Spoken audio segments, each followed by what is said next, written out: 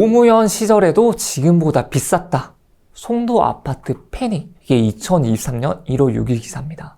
한경 지코노미 기사인데 노무현 시절이라고 한다면 지금보다 15년 정도 더 전이거든요. 그때 시절만큼 가격이 내려갔다는 거거든요. 그리고 인천, 청라, 송도 집값 반토막 났다.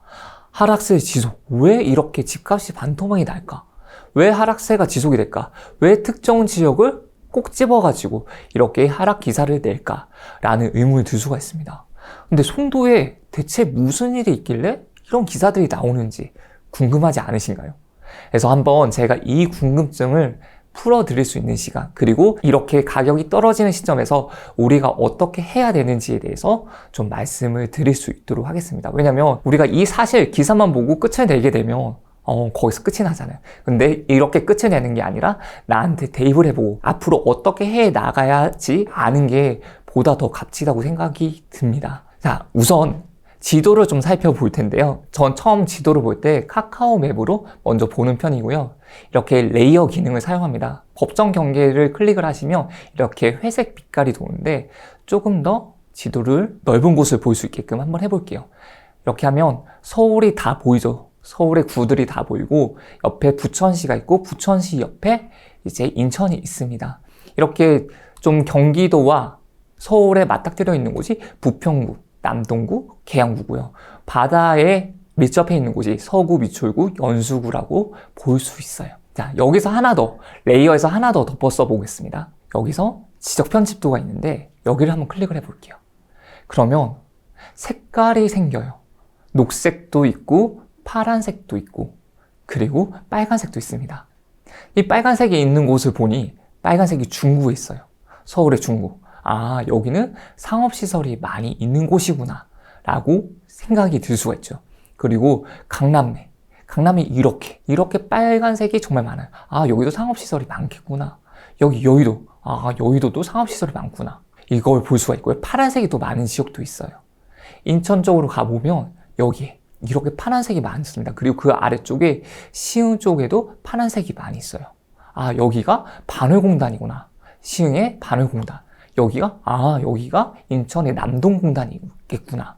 이걸 한번 지도로서 지적 편집도를 통해서 한번 볼 수가 있는 거예요. 딱 봤더니 여기 보니까 반월 특수지역이라고 되어 있죠. 공업단지라고 되어 있습니다. 그 위쪽으로 여기를 보도록 할게요. 남동 국가산업단지라고 되어 있죠.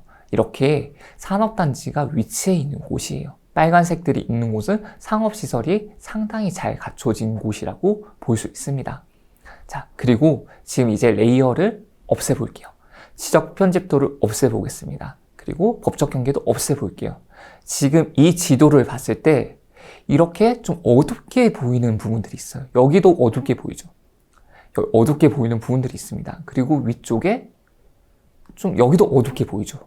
이 두 곳이 여기가 청라라고 되어 있죠. 청라신도시예요. 청라신도시고 그 아래쪽에 있는 여기에 회색 음영으로 되어 있는 곳이 송도예요. 신축 아파트, 택지지구로서 구성이 된 곳들이 이렇게 조금은 회색 음영으로 되어 있습니다. 조금 더 확대를 해보면 아파트로 둘러싸여져 있는 것을 볼 수가 있어요. 공원과 아파트 둘러싸여져 있죠. 딱 보시면 어떤 느낌이 드시나요? 여기는 공원도 정말 많고 이 주변에 호수, 강 같은 것도 지나다니고 공원들이 정말 잘 돼 있죠. 계획되어서 만들어진 곳이에요. 그리고 연세대학교 국제 캠퍼스도 있습니다. 진짜 제가 작년 1월 달과 비교를 해서 지금 현재 가격이 얼마만큼 상승을 했는지 또는 하락을 했는지 증감을 한번 가져와 봤어요. 이 데이터는 부동산 지인에서 가져온 데이터입니다.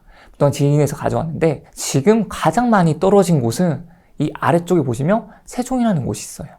세종시가 마이너스 22%입니다. 그 다음을 보니 그 다음이 인천이에요. 마이너스 18.3%입니다. 그럼 인천이 전부 다 마이너스 18.3%는 아니고 인천에도 여러 개의 구가 있는데 구별로 한번 살펴보도록 할게요. 작년 초와 비교를 했던 거예요. 작년 1월달과 22년 1월달과 23년 1월달 대비해서 얼마만큼 증감이 있었는지를 보고 있는 거예요. 자, 봤을 때 연수구라고 하는 곳, 여기가 송도가 있는 곳이죠. 아까 기사에 써봤던 송도가 있는 곳입니다. 마이너스 22.8%예요. 세종시가 마이너스 22%였는데 그거보다 더 많이 떨어졌습니다. 그리고 청라가 있는 서구예요. 서구 같은 경우는 마이너스 18.4%예요.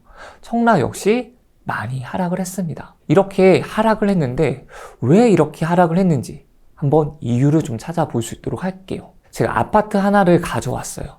지금 호객노노에서 아파트 하나를 가져왔는데 호객노노에서 왕관이 있다는 거는 가장 많은 사람들이 보고 있다는, 관심을 가지고 보고 있다는 거거든요.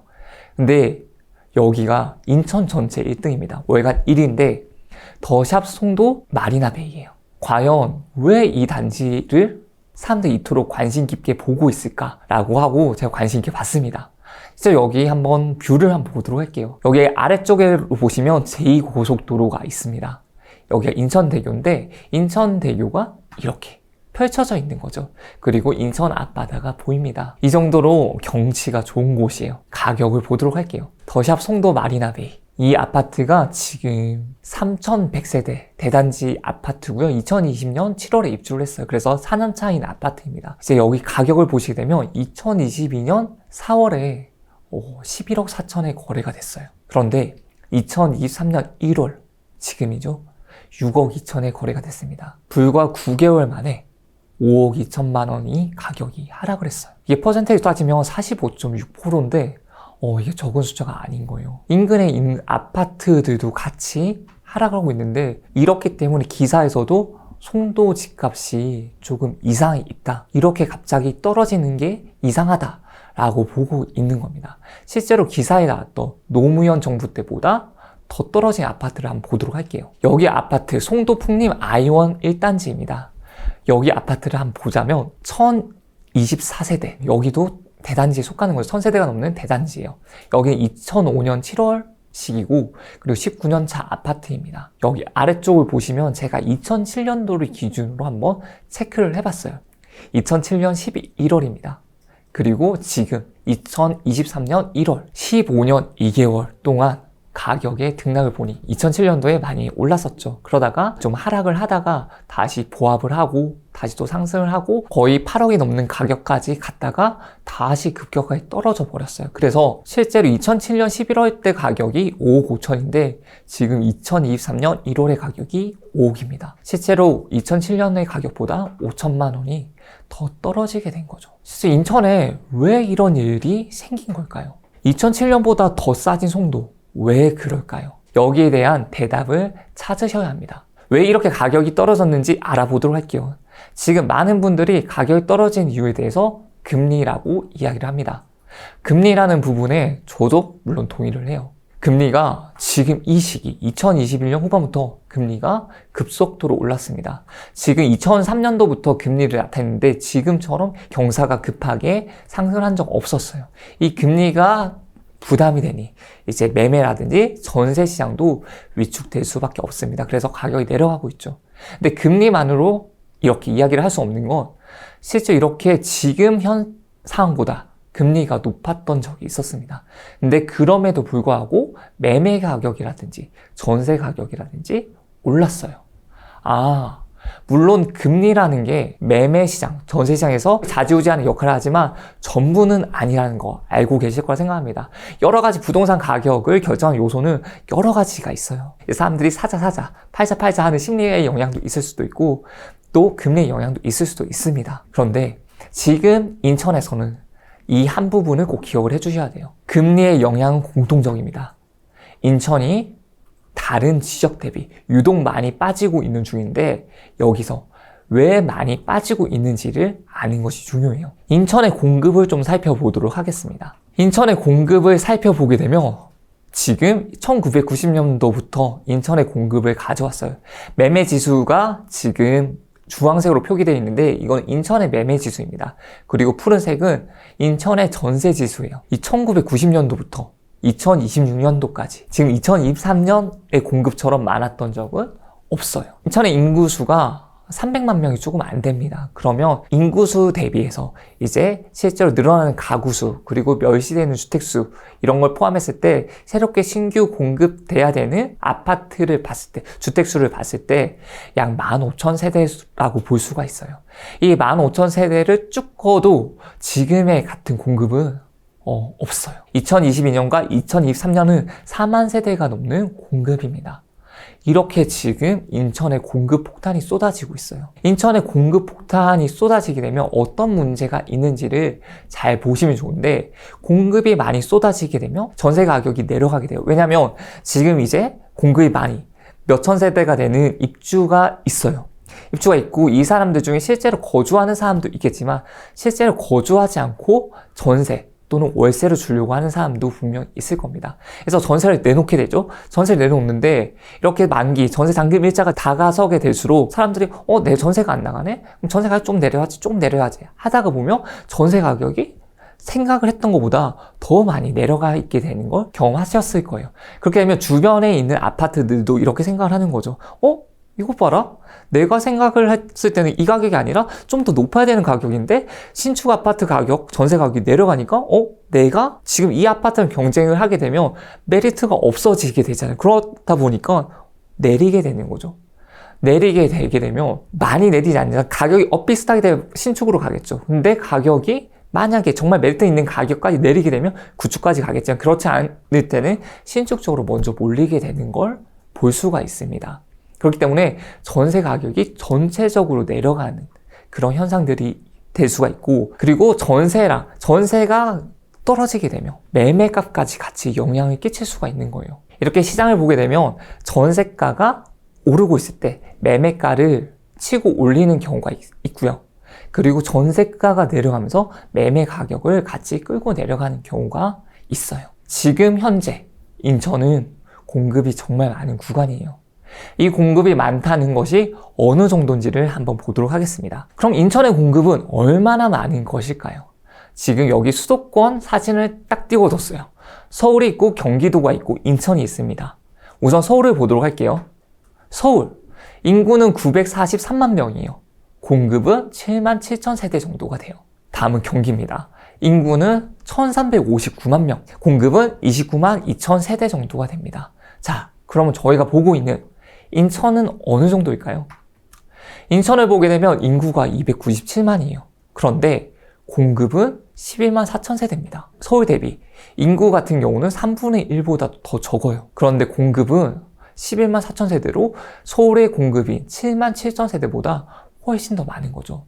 이 공급은 3년 동안의 공급이에요. 그러니까 2023년, 2024년, 2025년의 공급을 전부 다 포함을 시킨 겁니다. 그렇기 때문에 지금 있는 인천의 공급 자체가 적은 편이 아니에요. 많기 때문에 쉽지가 않은 겁니다. 전세 시장이라든지 매매 시장도 지금 좋지 않은 상황이에요. 그리고 플러스로 공급까지 과잉이 되다 보니까 더욱더 상황이 좋지 않은 상황이라고 볼 수 있습니다. 이럴 때 저희는 무엇을 하는 게 좋을까요? 어떻게 시장을 보는 게 좋을까요?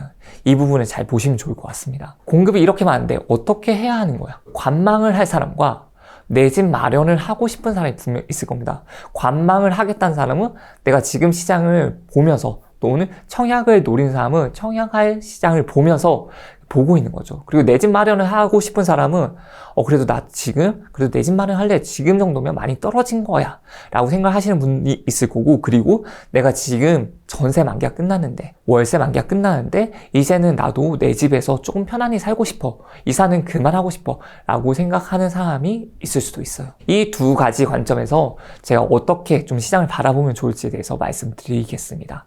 우선 관망할 사람이에요. 관망하실 분 중에서 청약에 관심이 있으신 분들은 예정 청약 물량을 보시는 게 좋습니다. 왜냐면 지금 아파트 가격이 떨어짐으로 주변 시세에 맞게끔 분양 가격을 산출하는데, 주변 가격이 떨어지다 보니까 분양 가격 자체도 떨어져서 분양하는 분양들이 있거든요. 그렇기 때문에 이 부분들을 잘 봐주시면 좋을 것 같고요. 이게 중요해요. 분양가와 인근 시세를 비교를 해 주셔야 돼요. 예를 들어서 이 지역, 이 아파트의 가격이 그래도 조금은 합리적인지를 보기 위해서는 지금 이제 입주한 아파트 또는 내가 매수할 아파트가 있을 거예요. 그런데 지금 입주할 아파트라면 지금 2023년식이 되겠죠. 그러면 2015년부터 지금까지 거의 신축급에 속하는 아파트와 가격을 한번 비교해 보세요. 거기보다 입지가 월등히 좋다면 당연히 분양가 비싼 게 정상이겠죠. 근데 입지가 좀 떨어진다라고 한다면 여기보다는 가격이 조금이라도 더 저렴하게 매수를 하는 게 훨씬 더 저는 좋은 아파트 플러스 내가 조금 더 벌 수 있는 아파트 또는 내가 조금 덜 내릴 수 있는 아파트를 선택할 수 있는 방법이라고 생각합니다.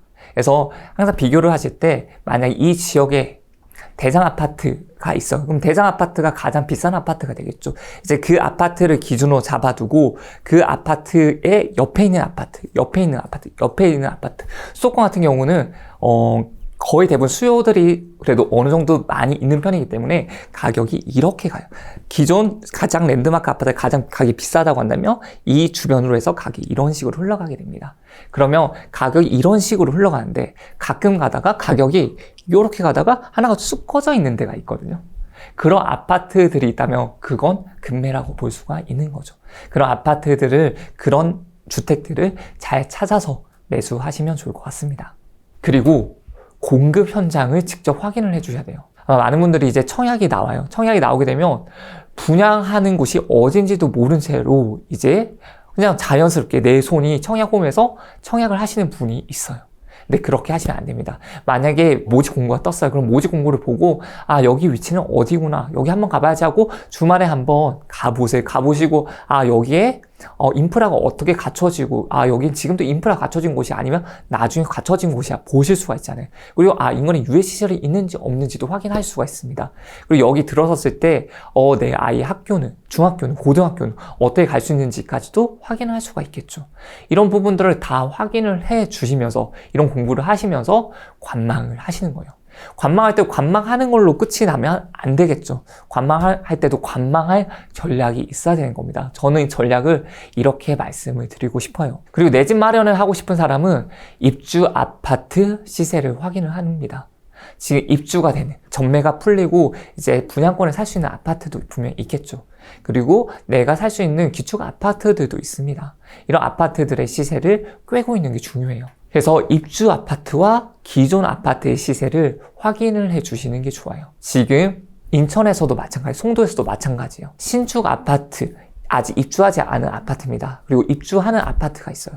지금 입주 중인 아파트, 입주할 아파트들이 기축 아파트 가격보다 가격이 저렴해지는 경우들도 있습니다. 여기는 가격이 왜곡이 일어나고 있는 거거든요. 공급이 많을 때는 내가 잔금을 하기 어려운 시장이기 때문에 내가 잔금이 안 되니까 대규모 입주장이 있는 곳들은 이렇게 급매로 나오는 부분들이 있을 수가 있어요.